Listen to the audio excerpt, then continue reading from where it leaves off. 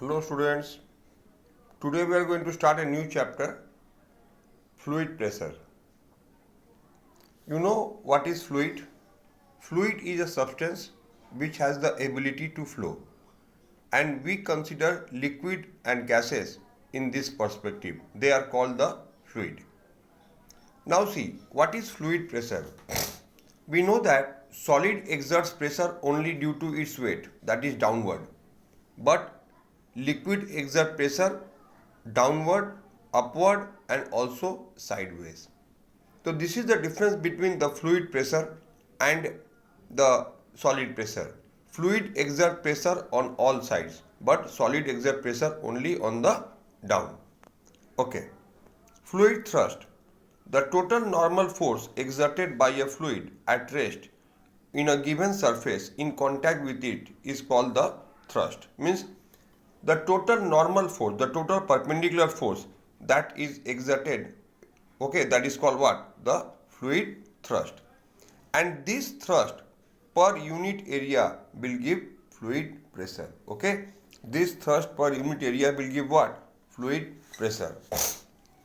Pressure due to the liquid column. We know that pressure, the difference in pressure, suppose you have pressure something here and pressure here. So the difference in pressure from here to here, this difference in pressure is given by H rho G. Okay. So H rho G is actually the pressure difference, or you can say the pressure due to this column of water is called what? H rho G. H is what? The depth of the point where we are calculating the pressure from the surface. Rho is what? Density of the liquid. And G is what? You know, acceleration due to gravity. Okay. Now Pascal's law. Pascal's law, the pressure is in a fluid in equilibrium is same everywhere if the effect of gravity can be neglected. Okay. So suppose the pressure is same everywhere.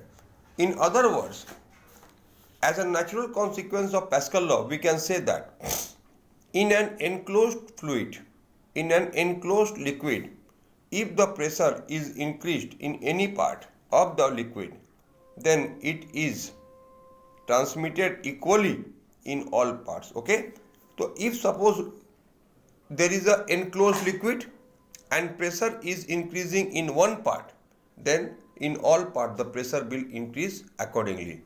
See, this is a closed vessel and here is a piston by which we can increase or decrease the pressure. So if we push it here, we will see in all the limbs the water level will rise equally, or if we pull up, in all the limbs the water level will fall equally.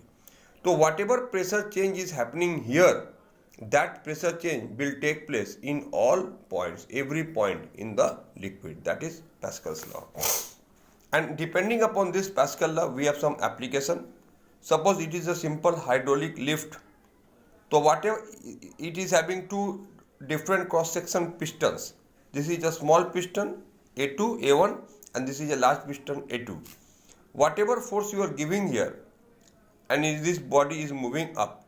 So we can so prove that pressure at this point is F1 by A1 and pressure at this point is F2 by A2. Now by Pascal's law, these two are equal, means F1 by A1 equal to F2 by A2. So what we can say? That we can say that so when these two are equal, which means that the pressure is same. Okay. So it means that F1 by A1 equal to F2 by A2. So F2 is equal to F21 by A1 into A2. Okay.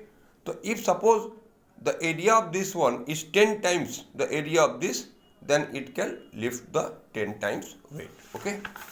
And at last we are coming to Archimedes principle. You know that Archimedes principle proves that when a body is immersed in a liquid, then it experiences a loss in weight due to upthrust.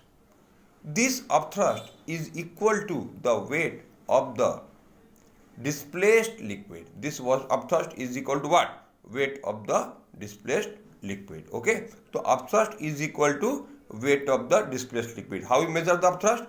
Weight of the liquid into volume into density. That is the weight of the displaced liquid. So loss in weight, W dash, loss in weight means weight in air minus upthrust is equal to weight of the displaced liquid. This was the statement of Archimedes principle. Okay students, today here up to here only.